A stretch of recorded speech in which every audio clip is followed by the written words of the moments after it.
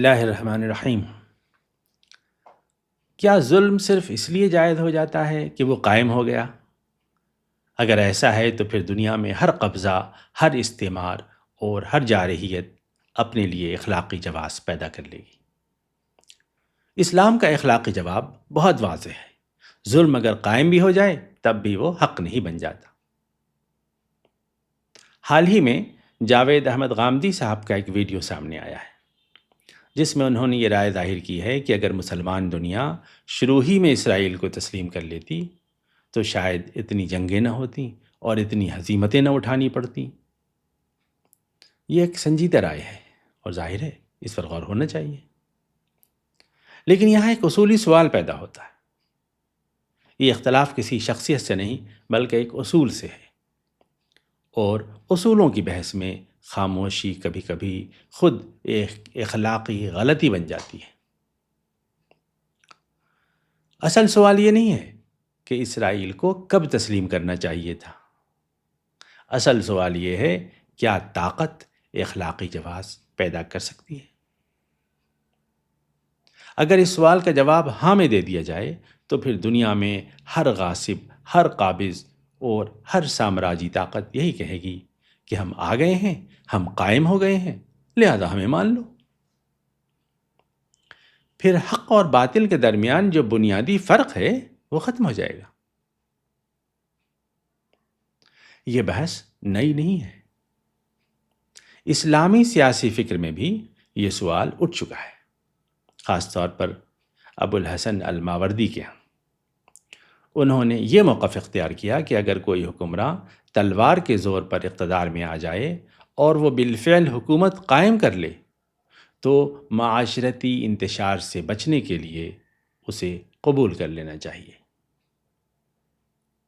بظاہر یہ ایک سیاسی مصلحت تھی، لیکن اگر اس اصول کو بغیر تنقید کی قبول کر لیا جائے تو پھر ہر طاقتور شخص اپنے لیے یہی راستہ اختیار کرے گا۔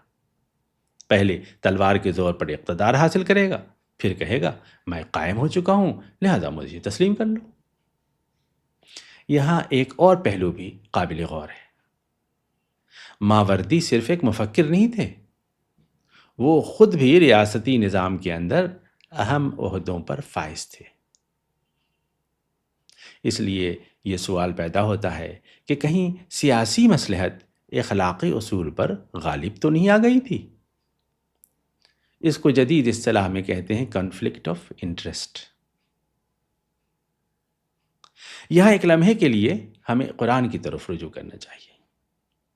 قرآن کہتا ہے وَمَا لَكُمْ لَا تُقَاتِلُونَ فِي سَبِيلِ اللَّهِ وَالْمُسْتَضْعِفِينَ مِنَ الرِّجَالِ وَالنِّسَاءِ وَالْوِلْدَانِ۔ قرآن پوچھ رہا ہے کہ تم کیوں نہیں کھڑے ہوتے ان لوگوں کے لیے جو ظلم کے نیچے دبے ہوئے ہیں؟ تو کیا ہم یہ کہیں کہ ظلم اگر قائم ہو جائے تو اسے مان لینا چاہیے؟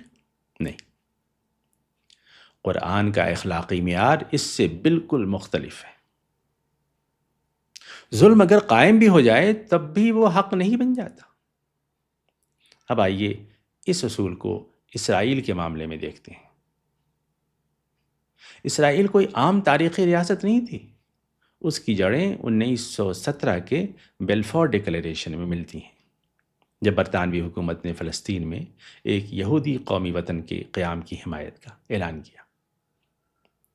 یہ اعلان دراصل یورپی سامراجی سیاست کا حصہ تھا، جس میں فلسطین کو ایک اسٹریٹجک خطے کے طور پر دیکھا جا رہا تھا۔ اس کے بعد برطانوی مینڈیٹ کے زمانے میں سیاسی اور آبادیاتی تبدیلیاں کی گئیں، جنہوں نے بالآخر 1948 میں اسرائیل کے قیام اور لاکھوں فلسطینیوں کی بے دخلی یعنی نکبہ کی صورت اختیار کر لی۔ اس لیے بہت سے مورخین اسے ایک سیٹلر کالونیل پروجیکٹ قرار دیتے ہیں۔ یہ بھی ایک حقیقت ہے کہ اسرائیل کی مخالفت صرف مسلمانوں نے نہیں کی، خود یہودی دنیا کے اندر بھی اس پر شدید اختلاف رہا۔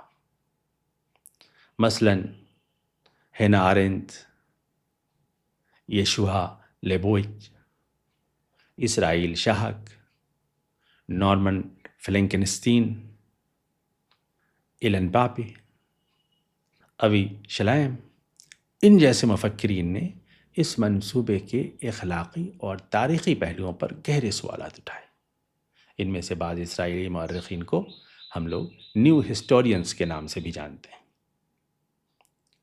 بعض مذہبی یہودی حلقے اب تک کہتے ہیں کہ مسیحا کی آمد سے پہلے یہودی ریاست کا قیام دینی طور پر درست نہیں، لہذا یہ کہنا کہ اگر اسرائیل کو شروع ہی میں تسلیم کر لیا جاتا تو خطے میں امن قائم ہو جاتا، اس لیے بھی درست نہیں کہ جدید تجربہ اس کی تائید نہیں کرتا۔ ابراہم ایکارڈ کے بعد بھی جب عرب حکمرانوں نے ہتھیار ڈال دیے، ہم نے دیکھا کہ اسرائیل کے ظلم و ستم اور اس کی توسیع پسندی کا منصوبہ اور بھی دراز ہو گیا۔ نیل سے فرات تک کی باتیں ہونے لگیں، گریٹر اسرائیل کی باتیں سفیروں کی زبانوں پر آ گئیں۔ خطے کی سیاست میں طاقت کا توازن اور زیادہ پیچیدہ ہو گیا۔ اس لیے پورے احترام کے ساتھ میں یہ عرض کرنا چاہوں گا کہ اس معاملے میں مجھے اس موقف سے سخت اختلاف ہے کہ اسرائیل کو شروع ہی میں تسلیم کر لیا جانا چاہیے تھا۔ یہ اختلاف کسی شخصیت سے نہیں، یہ اختلاف ایک اصول سے ہے۔ اصل سوال یہ نہیں ہے کہ اسرائیل کب قائم ہوا، اصل سوال یہ ہے کیا طاقت حق کو بدل سکتی ہے؟ اگر ہم یہ مان لیں کہ طاقت ہی حقیقت ہے تو پھر ہر قبضہ، ہر استعمار اور ہر ظلم اپنے لیے جواز پیدا کر لے گا۔ لیکن تاریخ صرف فاتحین نہیں لکھتے، تاریخ ضمیر بھی لکھتا ہے، اور جب ضمیر ہارنے لگے تو پھر کوئی دانشورانہ تعبیر کسی قوم کو نہیں بچا سکتی۔